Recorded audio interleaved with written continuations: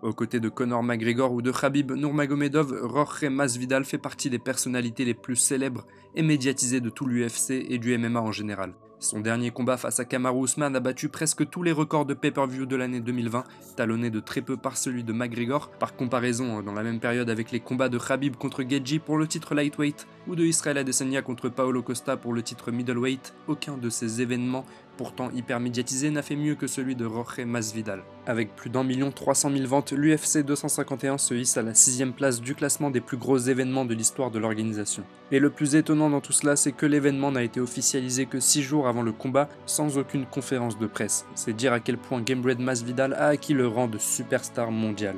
Pourtant, il y a quelques années, Jorge Masvidal était certes un bon combattant, mais très peu connu du grand public. Si on remonte encore 18 ans plus tôt, il enchaînait les combats dans les rues de Miami, aux côtés de Kimbo Slice, pour se faire un peu d'argent. Comment Jorge Masvidal est devenu la superstar qu'il est actuellement? À quel point son parcours est-il unique? À quel point est-ce qu'il a marqué l'histoire de l'UFC? Tout simplement, qui est Jorge Masvidal?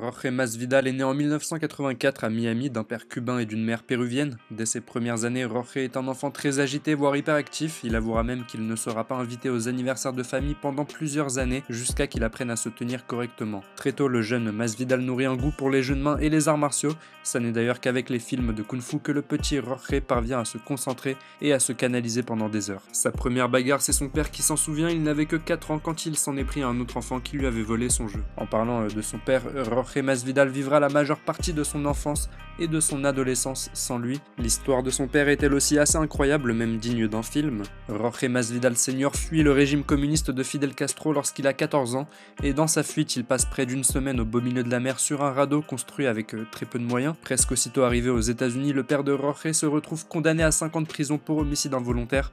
À peine 5 ans plus tard et après avoir mis au monde Jorge, il replonge en prison pour trafic de drogue, cette fois pour une peine de 19 ans. De sa naissance jusqu'à l'âge adulte, Jorge Masvidal n'aura connu son père que durant ses 4 premières années. Sa mère lui cachera pendant près de 10 ans les véritables raisons de son absence. Une absence qui aura bien sûr un impact sur son développement et son caractère très fougueux. Mais Masvidal va trouver dans les arts martiaux et notamment le karaté un véritable exutoire et un moyen de se défouler et d'extérioriser toute l'énergie et la fougue qu'il a en lui. Au lycée, il va également s'intéresser à la lutte qu'il ne pourra malheureusement pas continuer, faute de notes suffisantes. Il va aussi pendant son adolescence enchaîner les bagarres et les embrouilles en tout genre, faisant parfois vivre un calvaire à sa mère. Très rapidement, il prend conscience de son amour pour la bagarre, les combats, pour les sensations et l'adrénaline que ça lui procure. Il sait qu'il voudra vivre plus tard de cette passion et il veut alors trouver un moyen de gagner de l'argent grâce au combat. Et c'est là qu'un tournant majeur va se produire dans sa vie. À 18 ans, le jeune Masvidal fait la rencontre dans la salle où il s'entraîne de Kevin Ferguson, ou celui que l'on surnomme Kimbo Slice. Pour rappel, Kimbo Slice, décédé en 2016, était une figure très importante des combats de rue à Miami. Il s'est fait connaître par sa force et son pouvoir de chaos tout simplement incroyable. Il s'est mis à organiser des combats clandestins dans son jardin. Certaines de ses vidéos sur YouTube sont devenues virales et accumulent des millions de vues. Plus tard, il rejoindra l'UFC avant de mourir. Enfin bref, Kimbo Slice était une véritable personnalité dans le monde des combats et il rencontre donc Jorge Masvidal lorsqu'il n'a que 18 ans. Prenant conscience du talent du jeune Masvidal, Kimbo Slice va alors lui proposer de combattre dans son jardin face à son protégé, un dénommé Ray, qui est un videur de boîte à Miami. Il est plus âgé, beaucoup plus imposant que Masvidal, mais le jeune d'origine cubaine accepte volontiers et sans broncher. La vidéo de leur combat sera filmée et postée sur YouTube. Malgré la différence de gabarit, celui que l'on surnomme encore queue de cheval fait preuve d'une véritable ténacité. Son endurance et sa technique viendront à bout de Ray, qui jettera l'éponge sous les coups du jeune Masvidal. Ce combat épique donnera lieu quelques temps après à une revanche dont la vidéo est également disponible sur YouTube. Dans cette seconde rencontre, Jorge est jeté au sol plusieurs fois sous la force de son adversaire et frôle le chaos. Il avouera d'ailleurs que ce combat était pour lui l'un des plus durs de toute sa carrière, mais le jeune Masvidal ne lâche rien et finit par battre le videur de boîte, le poussant à abandonner pour la 2e fois. Les deux vidéos vont très vite devenir virales et dépasser le million de vues. Néanmoins, les combats de rue ne rapportent que très peu d'argent au jeune Masvidal, souvent pas assez pour payer ses loyers, ce qui le pousse à dormir pendant des mois dans sa voiture dans le parking de sa salle, une situation qu'il vivra souvent, il avoue, de ses 16 à 21 ans. Jorge Masvidal, ou celui que l'on surnomme désormais Street Jesus en référence à ses combats de rue, fait ses débuts professionnels en kickboxing en avril 2003 où il remporte sa première victoire par TKO. Un mois plus tard, il rejoint l'organisation de MMA Absolute Fighting Championship. Le jeune Masvidal fait des débuts prometteurs et remporte ses 5 premiers combats, 3 par décision et 2 avant la limite. On peut voir des extraits de son deuxième combat face à Brian Gherati en juillet 2003. Il montre déjà un niveau en striking assez impressionnant pour son âge et sa faible expérience, un combat qu'il remporte par décision unanime. Après une défaite assez controversée par décision face à Rafael Assunção, il affronte Joe Lauzon pour son 7e combat à l'AFC. Dans un premier round qui se déroule presque totalement au sol, Jorge apparaît plus puissant que son adversaire et montre une très belle défense de lutte. Il projette même brutalement au sol Joe Lauzon, ce qui cause l'arrêt du combat pendant quelques instants par l'arbitre qui pensait que Joe Lauzon avait perdu connaissance. Après un premier round qu'il remporte donc, le jeune Masvidal met un terme à la rencontre en finissant Joe Lauzon par TKO avant la fin du deuxième round. À seulement 20 ans, Jorge signe donc sa 6e et plus belle victoire jusque-là. Après encore 3 combats à l'AFC, dont une première défaite par soumission et 2 victoires, il rejoint l'organisation Bodog Fight dans laquelle il disputera 3 combats qu'il remporte tous. Pour son dernier combat au Bodog Fight, il affronte une légende à cette période de ce sport qui est Yves Edwards. Masvidal devient le premier homme à le mettre KO en striking et ce de façon spectaculaire avec un incroyable head kick. Il avouera plus tard que sa rencontre face à Yves Edwards était la première pour laquelle il avait ressenti du stress et de la nervosité avant le combat. Suite à cette victoire, Jorge Masvidal va alterner entre plusieurs organisations, le Strike Force, le Crazy Horse Fight et d'autres encore, et durant cette tournée des organisations, il subit sa première et dernière défaite par KO en carrière. C'était en 2008 face à Rodrigo Dam avant la fin du deuxième round. Masvidal se prend une droite qui le met knockdown. Une défaite en vérité très controversée puisque l'arbitre a stoppé le combat beaucoup trop rapidement. On voit bien Masvidal se relever assez vite, parfaitement conscient et en état de combattre. Ce sera donc sur papier en tout cas sa seule défaite par KO. Masvidal rejoint le Bellator en 2009 après une première victoire expéditive par TKO au premier round. Il affrontera par la suite Toby Imada dans un combat qui se soldera par l'une des plus marquantes et traumatisantes défaites pour Jorge. Alors qu'il dominait pourtant le combat sous toutes ses formes, Masvidal va subir dans le troisième round l'une des soumissions les plus impressionnantes que l'histoire du MMA ait connue. Après une tentative échouée de takedown contre Toby Imada, ce dernier va s'accrocher à ses hanches. Masvidal va se relever mais toujours avec son adversaire accroché à lui. C'est là que Toby Imada va mettre en place un étranglement en triangle inversé spectaculaire, toujours debout accroché à Masvidal qui va quant à lui refuser d'abandonner jusqu'à carrément perdre conscience. Après cette défaite, Jorge va s'offrir une deuxième victoire au Bellator avant de refaire une tournée des organisations, alternant entre victoire et défaite. Il va manquer de peu une victoire importante contre Paul Delay en 2010, et en 2011, il passe à côté du titre lightweight du Strike Force en perdant face à Gilbert Melendez par décision unanime. Pour son jeune âge, Jorge est un combattant extrêmement talentueux, il possède l'une des boxes les plus habiles du MMA, ses aptitudes en striking et son intelligence de jeu lui promettent le meilleur, mais à chaque fois, Masvidal semble passer tout près du succès qu'il mériterait. Jorge Masvidal rejoint finalement l'UFC en 2013. Pour son premier combat, il fait face à Tim Means. Jorge réalise une très belle performance qu'il notera humblement entre 5 et 6 sur 10 dans l'interview d'après-combat avec Ariel Helwani. Il domine son adversaire avec sa lutte et remporte facilement les échanges debout. Jorge s'impose par décision unanime en mettant fin à la série de 9 victoires consécutives de Tim Means. Pour son deuxième combat, Jorge affronte un adversaire et lutteur de taille en la personne de Michael Chiesa. Alors que Jorge est mis knockdown dès le premier round après un enchaînement de Chiesa, il se relève très rapidement et défend en même temps une tentative de soumission et surenchère à son tour avec un enchaînement en striking. Dans le deuxième round, Jorge parvient à soumettre Chiesa. Cette victoire le propulse en Fight of the Night pour son prochain combat face à Rustam Khabilov, combat qu'il perdra par décision unanime. Par la suite, Jorge va enchaîner combat sur combat avec de belles performances comme contre César Ferreira qu'il va mettre KO dès le premier round sur un coup de coude puis un enchaînement en ground and pound. Le problème c'est qu'à chaque fois que Jorge est sur une belle série de victoires, une défaite va venir rompre cette dynamique et l'empêcher d'exploser vraiment et d'atteindre le succès qu'il mériterait. En janvier 2017, après 2 victoires, Jorge affronte Donald Cerrone. Jorge le surclasse totalement, sa supériorité debout est impressionnante et il termine Cowboy par TKO dès la première minute du deuxième round. Mais encore une fois, une défaite face à Demian Maia suivie d'une deuxième face à Stephen Thompson viennent casser son ascension. Sa défaite face au Wonderboy est l'une des plus dures qu'il ait eu à subir. Je crois qu'on n'a jamais vu Masvidal se faire autant dominer en striking dans un combat. Suite à cette défaite, Jorge Masvidal ne va plus remonter dans l'octogone pendant près d'1 an et demi, et c'est pendant cette période que va se jouer un véritable tournant. Celui que l'on surnomme alors Gamebred va participer à une émission de télé-réalité du réseau Telemundo aux États-Unis, une télé-réalité dans laquelle il devra réaliser tout un nombre d'épreuves physiques et mentales. Il va en fait passer 13 semaines littéralement coupé du monde, l'occasion il avouera de se recentrer sur lui-même pour mieux établir ses objectifs de vie et de carrière.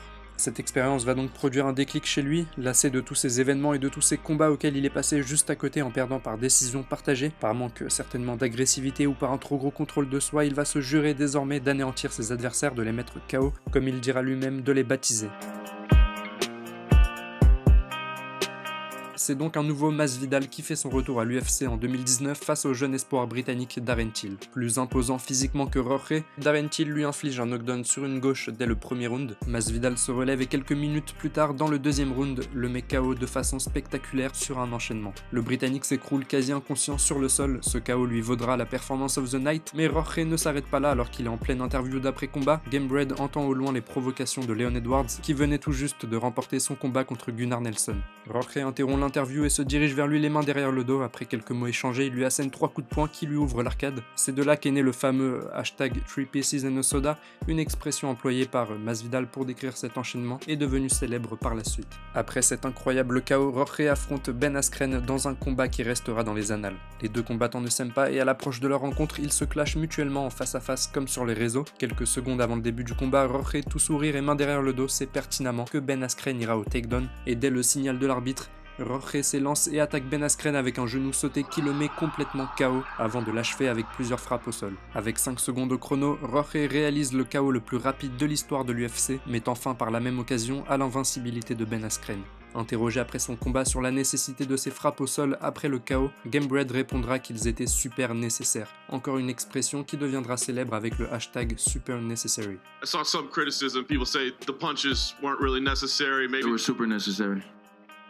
Le 18 août 2019, lors de l'UFC 241, Nate Diaz bat Anthony Pettis pour son retour et défie directement Gamebred Masvidal en affirmant qu'il s'agit avec lui de l'un des seuls véritables gangsters de la division. Après sa victoire expéditive, Masvidal affronte donc lors de l'UFC 244 en novembre 2019 Nate Diaz pour la ceinture BMF créée spécialement pour l'occasion. Ce sera Dwayne Johnson en personne qui viendra remettre la ceinture au gagnant. Les deux combattants se respectent beaucoup et le trash talking reste très modéré jusqu'à leur rencontre. Le combat commence et Jorge simule ironiquement un coup de genou sauté en référence à son KO contre Ben Askren qui fait mine de rien reculer Nate Diaz. Ce dernier commence alors directement à mettre la pression à Masvidal, mais dès la première minute, Gamebred met knockdown Nate Diaz sur un soccer kick et continue de l'enchaîner au sol, lui ouvrant alors l'arcade. Nate Diaz parvient tout de même à se relever et à reprendre le contrôle de son combat. Dans le deuxième round, Jorge remet knockdown Nate Diaz avec un puissant middle kick suivi d'un crochet du gauche. Masvidal assoit peu à peu sa domination en striking sur Nate Diaz malgré quelques belles actions de ce dernier. Jorge termine alors le troisième round en grand endpoint sur Nate Diaz et contre toute attente, après examen du médecin, l'arbitre décide de stopper le combat avant le début du quatrième round. Jorge remporte donc le combat par TKO et par la même occasion reçoit la ceinture BMF. Il promet également à Nate Diaz de lui accorder sa revanche.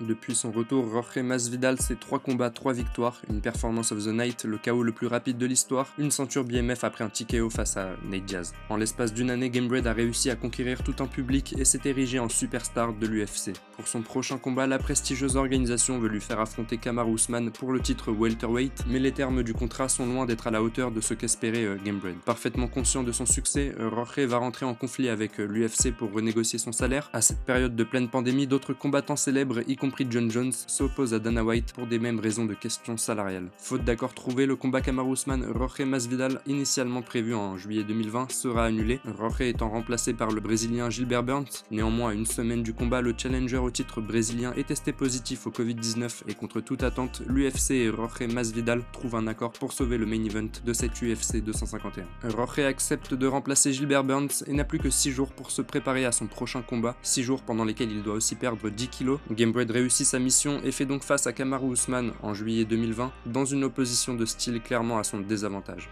Le combat débute et Jorge ouvre les hostilités en plaçant quelques bons low kicks. Le champion finit quand même par lui attraper la jambe et l'amener au sol, mais Masvidal va se relever et les deux combattants vont continuer d'échanger debout. Gamebred va avoir de la réussite dans certains enchaînements même s'il se fait ouvrir l'arcade. Les prochains rounds, Kamaru Usman va accentuer les phases de takedown et de clinch contre la cage. La condition physique du champion et sa lutte d'exception vont fatiguer Jorge Masvidal et l'avoir à l'usure. Au terme des 5 rounds, Kamaru Usman sort logiquement vainqueur de ce duel par décision unanime. Jorge Masvidal a perdu mais en 6 jours de préparation seulement, il a sûrement réalisé une bien meilleure performance que celle qu'ont produit la plupart des combattants du haut du panier de la catégorie face à Kamaru Usman.